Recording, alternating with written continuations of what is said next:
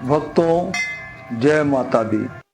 भक्तों, उत्तर प्रदेश व मध्य प्रदेश की सीमा पर स्थित मां ज्वालामुखी का यह मंदिर 51 शक्तिपीठों में से एक है।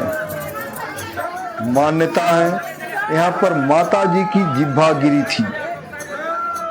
तब से हजारों वर्षों से यहाँ के स्थानीय लोग माता की पूजा अपने पारंपरिक अंदाज में करते चले आ रहे हैं।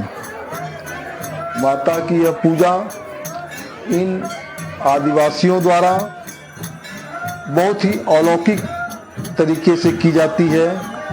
वैसे तो माता के मंदिर में प्रतिदिन हजारों भक्तों की भीड़ होती है, लेकिन नवरात्र के समय में माँ की यह पूजा जो यहाँ के मूल आदिवासियों द्वारा की जाती है वह देखने योग्य होती है, जिसको देखने के लिए हजारों भक्तों की भीड़, हजारों श्रद्धालुओं की भीड़ यहाँ मंदिर प्रांगण में जमा हो जाती है और जो उनको घंटों इसी तरीके से देखते रहते हैं। भक्तों, यहाँ के जो मूल आदिवासी हैं, जो मुख्य देखने योग्य बातें हैं कि जीभ में एक तीर की तरह छड़ के माध्यम से जीभ में को भेद कर और माँ की पूजा करते हैं और अपने तरीके से अपने नृत्य के माध्यम से माँ को रिझाते हैं, माँ को मनाते हैं और माँ के दरबार में अपनी अरदास लगाते हैं।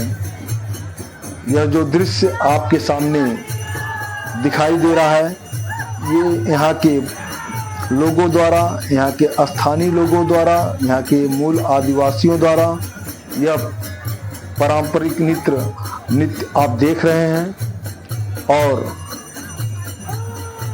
यह इनका अपना अलग ही भाव है माँ के प्रति।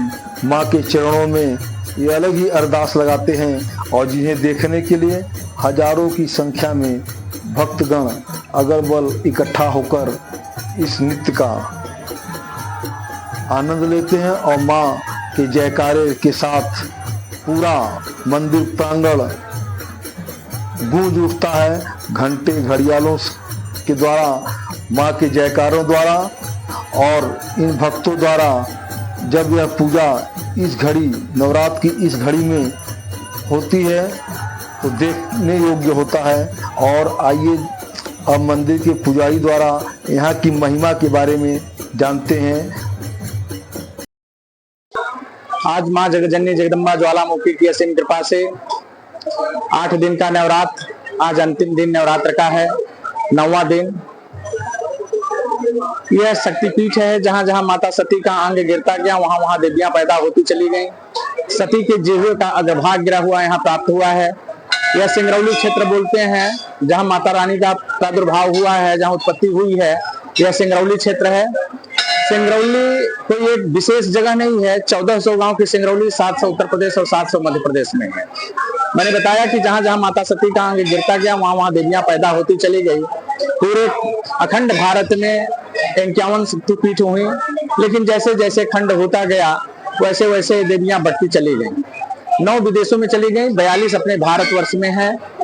जो एक शक्तिपीठ है ज्वालामुखी के नाम से जानी जाती है। ये सती के जिह्वे का अग्रभाग, आगे का हिस्सा यहाँ गिरा हुआ प्राप्त हुआ है और नीचे का हिस्सा हिमाचल प्रदेश कांगड़ा में है। तो यहाँ भी माता रानी ज्वाला माता का होता है। वहां भी 9 नवंबर 2012 को मैंने अखंड ज्योति का लिया करके स्थापना कराया, जो यहाँ माता रानी का दर्शन कर ले, जो अखंड ज्योति का दर्शन कर ले, वह पूरे एक पीठ का उसको फल प्राप्त हो सके। यह शक्तिपीठ है, 51 शक्तिपीठ में एक शक्तिपीठ है।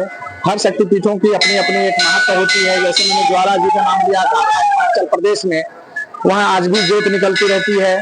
मैहर माता का मंदिर है, मैहर में सतना में, वहाँ माता रानी का हार गिरा हुआ है इसलिए उसका नाम मैहर पड़ा।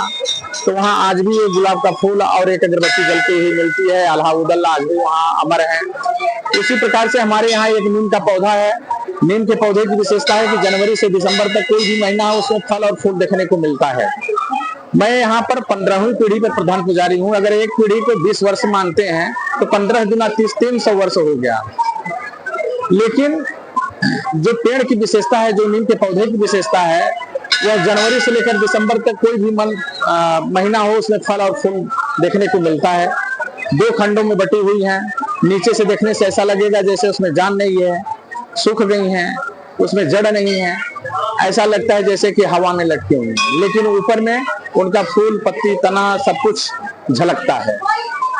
और यह शक्तिपीठ है। आज 9वां दिन है। पूरे श्रद्धालु अपने मुरादों को लेकर के आते हैं।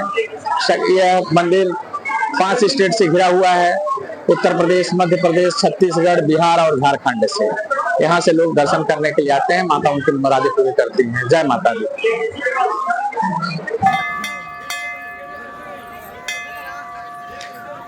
घंटे घड़ियालों से लगातार मंदिर गुंजायमान होता रहता है। काफी दूर से, कई प्रांतों से भक्तजन माँ की महिमा सुन यहाँ खींचे चले आते हैं और स्थानीय पूजा पंडालों से प्रसाद खरीदकर माँ के चरणों में अर्पित करते हैं।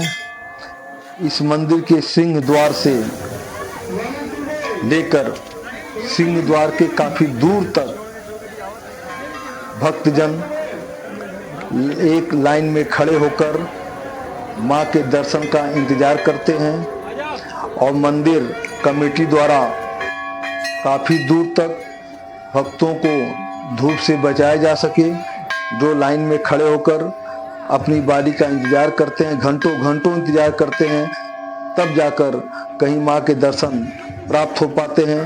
क्योंकि हजारों की संख्या में जो भीड़ यहाँ इकट्ठा होती है और प्रसाद ग्रहण करने के लिए मंदिर कमेटी द्वारा लगातार भंडारे का आयोजन किया जाता है।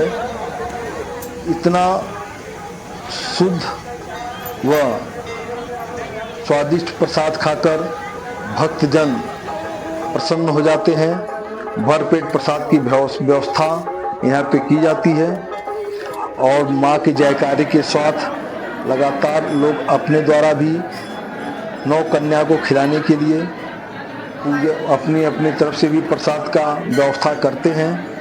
माँ की महिमा इस कदर है कि हजारों की भीड़ इस मंदिर में ठसाठस भरी रहती है और पूजा अर्चन, प्रसाद, आरती के माध्यम से लोग लगातार भक्तजन माँ को रिझाने का प्रयास करते हैं। माँ के चरणों में अपनी अरदास लगाते हैं और खुशी खुशी फिर अपने गंतव्य की ओर वापस जाते हैं। लगातार यहाँ पर भक्तों की संख्या, भक्तों की भीड़ बढ़ती चली जा रही है। अगर अभी तक आप यहाँ पे माँ के दर्शन नहीं कर पाए हैं तो आइए और माँ के दर्शन करिए। यह सोनभद्र जनपद में सत्यनगर थाना क्षेत्र स्थित माँ ज्वालामुखी का यह मंदिर, जहाँ पे अगर आप नवरात्र में आते हैं तो यहाँ के आदिवासियों द्वारा जो ज्वार चढ़ाया जाता है और माँ को मनाया जाता है। माँ के रिझाने का इनका एक अलग ही अंदाज आपको यहाँ देखने को मिलेगा। तो अतः आप यहाँ अवश्य आइए और यहाँ के पारंपरिक नृत्य और माँ के रिझाने का है दृश्य अवश्य देखिए, जो देखने में आपको बड़ा ही अद्भुत और अलौकिक दिखाई देगा। इन्हीं सब शब्दों के साथ पुनः आप सभी भक्तों को जय माता दी, जय माता दी, जय माता।